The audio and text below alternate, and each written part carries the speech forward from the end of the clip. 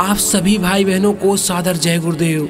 परम पूज्य स्वामी जी महाराज ने मथुरा आश्रम 3 दिसंबर 1965 सत्संग सुनाते हुए दादा गुरु के कुछ महत्वपूर्ण वाक्य को बताया। उन्होंने कहा, हमारे स्वामी जी महाराज के यही वाक्य रहे।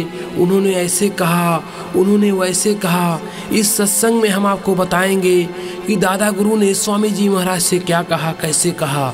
जय गुरुदेव। जब महात्मा जन जाने लगते हैं तो कुछ न कुछ अपने इशारे यहाँ छोड़ जाया करते हैं। हमको बहुत पुरानी बात, जबकि स्वामी जी थे उस समय की बात याद आती रहती है। जहाँ वह रहते थे, जहाँ उन्होंने विश्राम किया, वहाँ की मिट्टी बहुत पवित्र है। लेकिन किसी स्थान पर जब महात्मा विराजमान रहते हैं और अपने प्रेमियों को आदेश ऐसा दे जाएं कि वह भूमि आगे नहीं फलेगी, तो इसके माने यह नहीं है कि वह भूमि पवित्र नहीं है, लेकिन महात्मा का शब्द वहाँ लगा हुआ है। स्वामी जी महाराज जब गृहस्थ आश्रम में गांव पर रहते थे तो वह बड़े दूरदर्शी थे, बहुत दूर की बात सुनाया करते थे। एक दफ़े मैंने उनसे कहा, स्वामी जी महाराज क्या यह बच्चे यहीं रहेंगे? उन्होंने स्पष्ट शब्दों में कहा, यहाँ कोई नहीं रहेगा, यह बच्चे अपने अपने काम में लग जाएंगे, बाहर चले जाएंगे, यहाँ कौन रहेगा गांव में। यह भूमि भी बहुत पवित्र है, लेकिन उन्होंने कहा है कि बच्चे जब यहाँ से जाने लगें तो इस भूमि को बराबर कर देना। यह उनका स्वयं का वाक्य है। इस भूमि को जो दीवार वगैरह है सब बराबर कर देना और इस पर कुछ बनाना नहीं। 7x7 का एक छोटा सा मंदिर ऐसा गुंबद बना देना और सब बराबर कर देना। यह बातें याद आती हैं। वह कहते थे, जो भी इस जमीन पर रहेगा वह शांति से कभी नहीं बैठ सकता। बिल्कुल उनके यही शब्द साफ थे। एक दफ़े नहीं कई दफ़े उन्होंने यह बात कहा था। जब कभी भी महापुरुषों की बात याद आए तो उसे याद रखें तो फ़ायदा उठा सकते हैं। जब उनसे पूछा कि स्वामी जी महाराज जब कभी वक्त आए, समय आए आपके जाने का, तो जाने के बाद कुटिया आदि होना चाहिए, तो उन्होंने कहा कि मथुरा में उन्होंने साफ शब्दों में कहा था, यह गुरु महाराज का 28वां भंडारा है। उन्होंने 18 बरस पहले यह कहा था कि आगे सत्संग इतना बढ़ेगा तुम संभाल नहीं सकते हो। यह बिल्कुल उनके वाक्य हैं। मैंने केवल उनके वाक्यों को दोहराया है। उन्होंने साफ कहा है कि तुम संभाल नहीं सकते हो।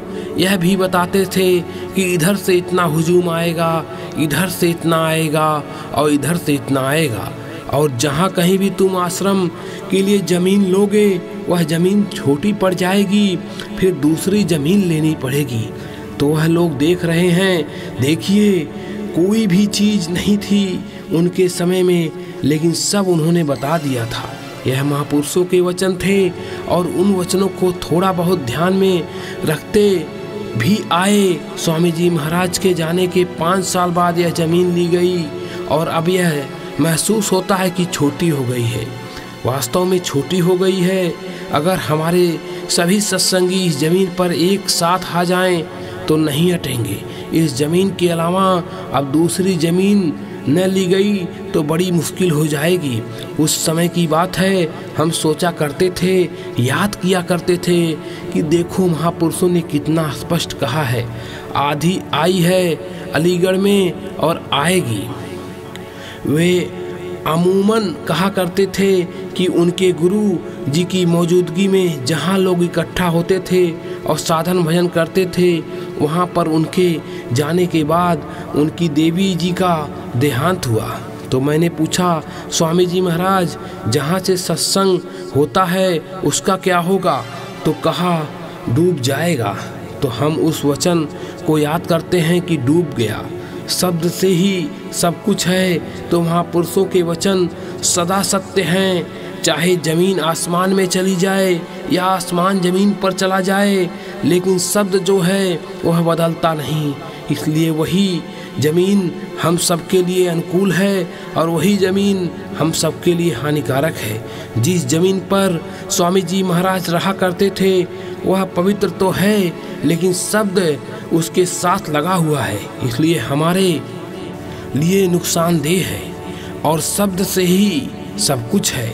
स्वामी जी ने कहा शब्द उस जमीन के लिए निकाल दिया तो वह जमीन हमारे लिए बिल्कुल निरर्थक है। हम उस जमीन से कोई फायदा नहीं ले सकते हैं। महापुरुष ने किसी जमीन के लिए अच्छा शब्द लगा दिया है।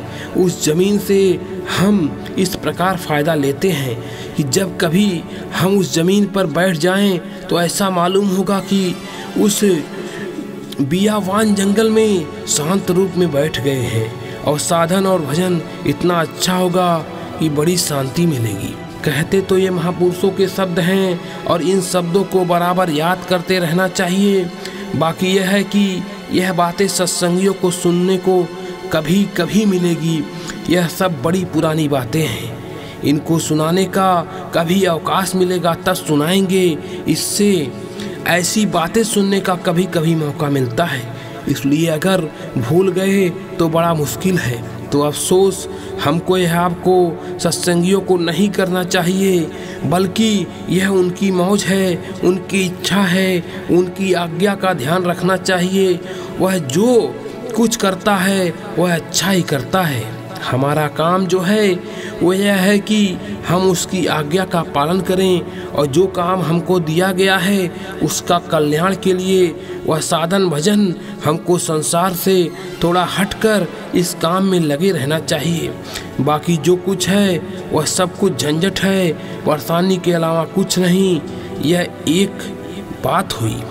उपदेश उसी को देना चाहिए जो कर्मों का बोझा ले ले। दूसरी बात यह है कि जब तक महापुरुष जीते जागते रहते हैं, माफ़ करना, मैं किसी मजहब या महात्मा की निंदा नहीं करता, जब तक महात्मा जीते जागते रहते हैं, चाहे एक रहें या उनके बाद एक और हो जाएं या उनके बाद एक और 10 पीढ़ियां हो जाएं, लेकिन जब तक जीते जागते महात्मा रहेंगे तब तक उसी प्रकार की दया और उसी प्रकार का साधन और भजन, उसी प्रकार का संसार की तरफ से मुख मोड़ना बराबर होता रहेगा।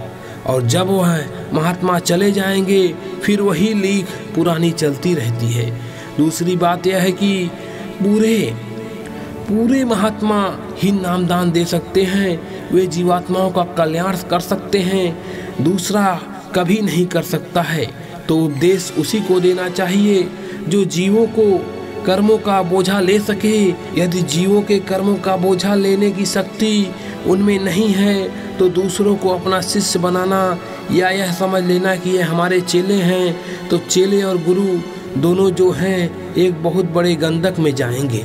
यह कोई खेल नहीं है, यह कोई चीज़ ऐसी नहीं है कि खानदानी चली आ रही है। अगर ये होता है, ये हमारे स्वामी जी महाराज के बच्चे हैं। अगर खानदानी कोई बात होती तो यह काम न करने लगते। मैं भी यह काम नहीं करता अगर मुझे स्वामी जी महाराज ने आदेश ना दिया होता, मैं यह काम नहीं करता। जय गुरुदेव।